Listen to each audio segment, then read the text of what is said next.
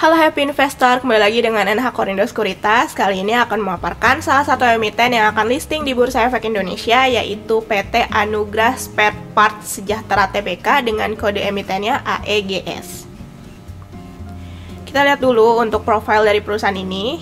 Jadi perseroan berdomisili di Kabupaten Cirebon, kemudian kantor pusatnya berada di Kabupaten Cirebon juga, Provinsi Jawa Barat. Yang mana perseroan ini beroperasi secara komersial tahun 2015. Kegiatan usaha perseroan tidak mengalami perubahan pada waktu pendirian hingga saat ini.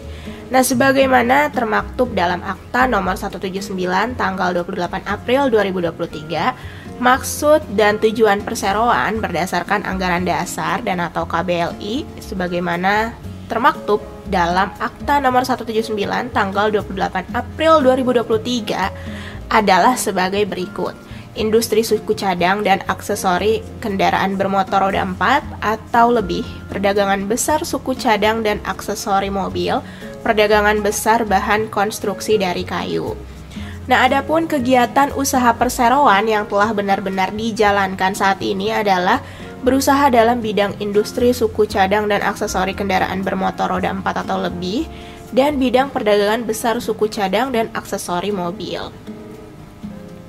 Nah, kemudian ini bisa dilihat produk-produk dari emiten ini. Ada contohnya oil filter, fuel filter, ada air filter, kemudian juga ada cabin air filter.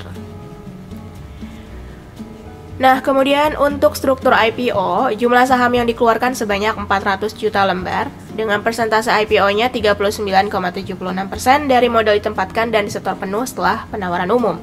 Nilai nominalnya Rp50 per lembar, dengan harga pelaksanaan Rp90 hingga Rp100 per lembar.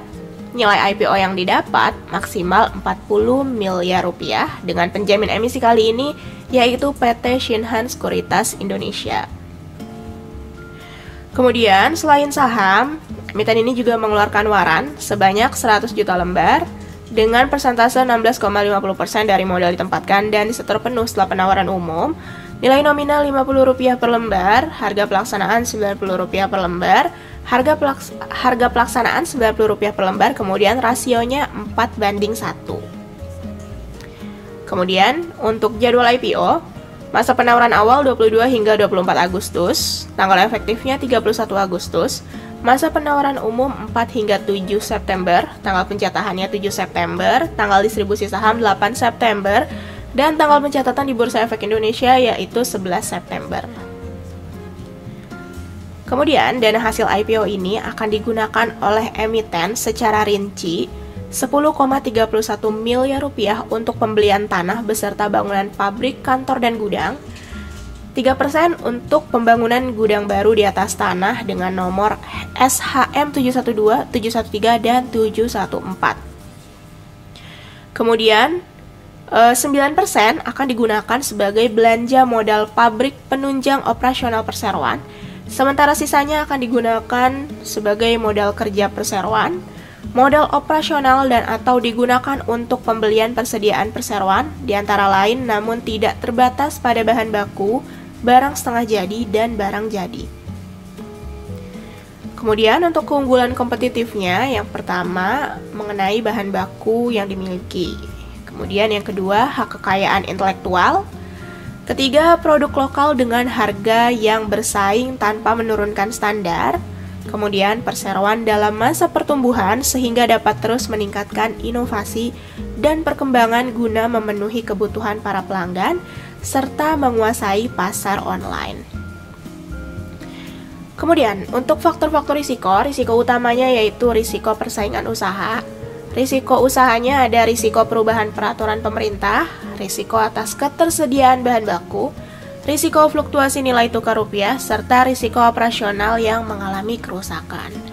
Adapun bagi investor yang patut diperhatikan risikonya antara lain kondisi pasar modal Indonesia yang dapat mempengaruhi harga dan likuiditas saham, risiko fluktuasi harga saham, risiko tidak likuidnya saham yang ditawarkan pada penawaran umum perdana saham, penjualan saham perseroan di masa depan yang dapat mempengaruhi harga saham perseroan, serta risiko pembagian dividen.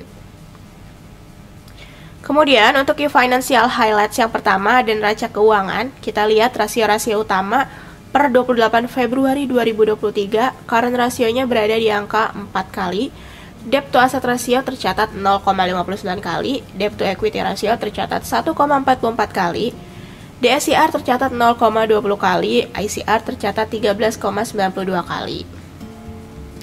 Kemudian, financial highlights yang kedua, laporan laba rugi. Kita lihat lagi rasio-rasio utamanya per 28 Februari 2023. Return on assets-nya tercatat 0,45%, serta return on equity-nya tercatat 1,10%.